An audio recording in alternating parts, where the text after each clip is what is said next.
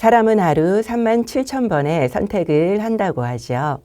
그중에 11월 11일 매일의 묵상 자리를 선택하신 여러분을 주님의 이름으로 축복합니다. 오늘은 페퍼에로 데이네요.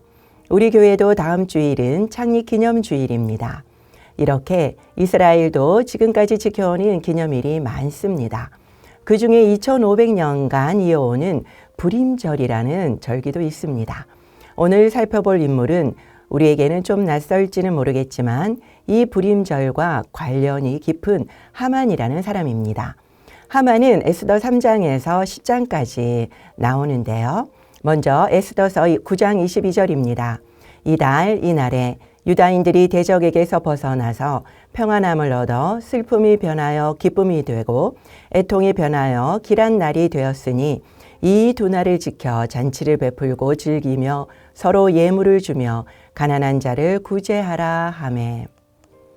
하만은 에스더서 3장 1절에 갑툭튀, 그러니까 갑자기 아하수에로 왕의 총리로 등장을 합니다. 아하수에로 왕은 페르시아의 왕으로 아버지가 그리스 마라톤 전쟁에서 패하고 시름시름 앓고 죽게 됩니다. 그러자 그리스에게 복수를 하게 되죠. 그리스를 도우러 그때 스파르타 왕이 용병 300명을 데리고 옵니다. 그렇지만 그들을 모두 죽인 크세르크세스 1세가 바로 이 아하수에로 왕입니다. 이걸 영화로 만든 게 바로 그 유명한 300이죠. 그는 스파르타에겐 승리했지만은 결국 그리스에겐 패합니다. 그는 첫째 왕후 와스드를 폐위시키고 전쟁을 갔다 온지라 에스더를 새 왕후로 맞아들입니다. 그리고 3장 1절에 갑자기 하만을 총리로 세운 거죠. 그는 아각 사람입니다. 그리고 아내는 세레스, 그리고 대단히 부유하고 많은 자녀들이 있다라고 나오지요. 왕은 모든 신하들이 그에게 꿇어 절하게 했습니다. 그것은 바로 신하들 사이에 하만에 대한 말들이 많아서 입단속을 하기 위해서였죠. 아각은 아말렉 족속의 왕을 일컫는 말이었습니다. 이집트 왕을 파라오, 그러니까 바로라고 부르는 것처럼요. 그래서 하만은 아말렉의 왕족 출신이었을 겁니다. 패전으로 재정적 손실과 그리고 상실감이 큰 이 아하수에로 왕에게 하만은 막강한 재정을 앞세워서 곤모술수로 권력을 잡았을 가능성이 높죠. 아말렉은 이스라엘이 출애굽할 때 야비하게 뒤처진 백성을 공격해서 이스라엘과 싸우게 되었습니다. 이스라엘이 이기고 난 뒤에 하나님은 이 아말렉을 천하에 없애서 기억도 못하게 하라고 하셨고, 그리고 아말렉과 대대로 하나님이 싸우시겠다라고 하셨지요. 사무엘상 15장에도 사무엘은 사울 왕에게 아말렉을 진멸하라고 명령했습니다. 그렇지만 사울 왕은 아각 왕을 살려줘서 결국은 사무엘이 죽이고 말았죠. 이후 진멸하지 않은 이 아말렉의 후손들로 인해서 계속해서 이스라엘 자손들은 괴롭힘을 당해야만 했습니다. 에스더의 삼촌인 모르드게는 이 하만에게 꿀지도 그리고 절하지도 않았습니다. 자아도취에 빠졌던 이 하만은 그 사실도 몰랐지요. 그렇지만 굳이 이것을 일부러 전하는 악한 사람들이 있었습니다. 그걸 들은 하만은 격분해서 페르시아에 있는 모든 유대인들을 말살할 계획을 세웁니다. 왕에게 유대인은 법도 안 지키고 무익한 민족이라고 모함하면서 은 1만 달란트도 자신이 낼 테니까 진멸하자라고 하죠. 이 금액은 당시 페르시아의 세수의 3분의 2에 해당하는 어마어마한 양이었습니다. 그러자 왕은 승인하고 하만은 제비를 뽑아서 12월 13일 나일도 받게 되지요. 유대인을 진멸하고 재산도 탈취하라는 조서를 인도에서부터 에티오피아 전역에 보냅니다. 모르드게는 에스더에게 왕에게 간청하라고 말합니다. 그러자 에스더는 3일 금식 후에 왕에게 나가서 왕과 하만을 초대합니다. 첫날 잔치에서 기분 좋게 돌아가던 하만은 모르드게를 보자 기분이 상해서 모르드게를 달 50규빗, 그러니까 약 23m의 장대를 준비하고는 왕에게 청하러 갑니다. 그때 마침 왕은 잠이 안 와서 왕조실록을 듣고 있었죠. 그때 모르드게가 자신을 구해준 것을 알고 치하하기로 마음을 먹습니다. 그때 때마침 온 하만에게 존귀한 사람에게 치하할 방법을 묻자 하만은 바로 자신이라고 착각하고는 마음껏 허세를 부립니다.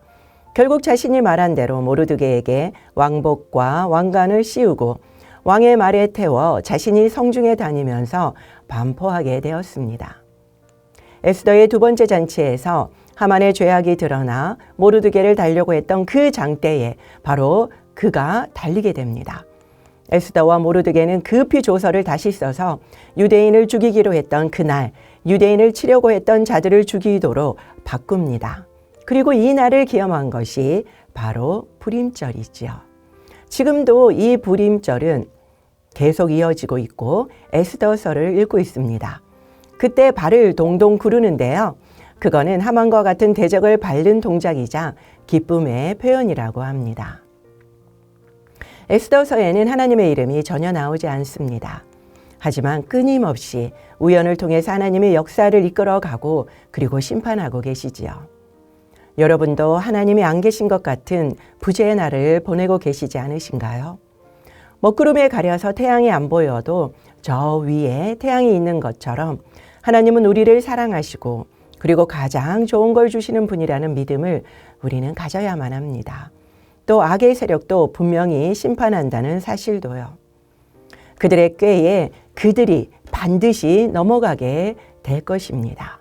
그렇기 때문에 우리가 할 일은요, 오로지 기도뿐입니다. 불임절은 유대인들에게는 자유를 그리고 악인들에게는 심판을 가져다 주었습니다. 그리고 동시에 많은 유대인들은 이방 땅에서의 불안을 경험하게 되었죠. 그렇기 때문에 그 이후에 2차, 3차 포로 귀환을 통해서 많은 유대인들이 예루살렘으로 돌아가게 되었습니다. 혹시 이 하만의 계획은 예루살렘으로 돌아가라는 하나님의 흔드심은 아니었을까요? 초대교회 때 이방인들에게 전도하지 않자 핍박을 통해서 흩으신 것처럼 말이죠. 그렇기 때문에 우리의 고난도 주님의 눈으로 볼 필요가 있습니다. 전화 위복이 되기도 하기 때문이죠. 그래서 쉽게 하나님을 원망하기보다는 기도로 하나님의 뜻을 찾아가는 것이 너무나도 중요합니다. 또 우리는 선인과 악인이 나오면 꼭 나를 선인 쪽에 대입시키는 경향이 있습니다. 모르드게와 하만이 나오면요, 늘 모르드게 쪽에 우리를 대입하죠. 그러나 우리가 얼마나 하만과 같을 때가 많습니까? 하만의 가장 큰 잘못은 무엇일까요? 바로 교만하여서 자신을 신적 위치에 올려놓은 거지요. 아기들이 처음 느끼는 게 신적 전능감이라고 합니다. 울면은 모든 게 해결되니까요.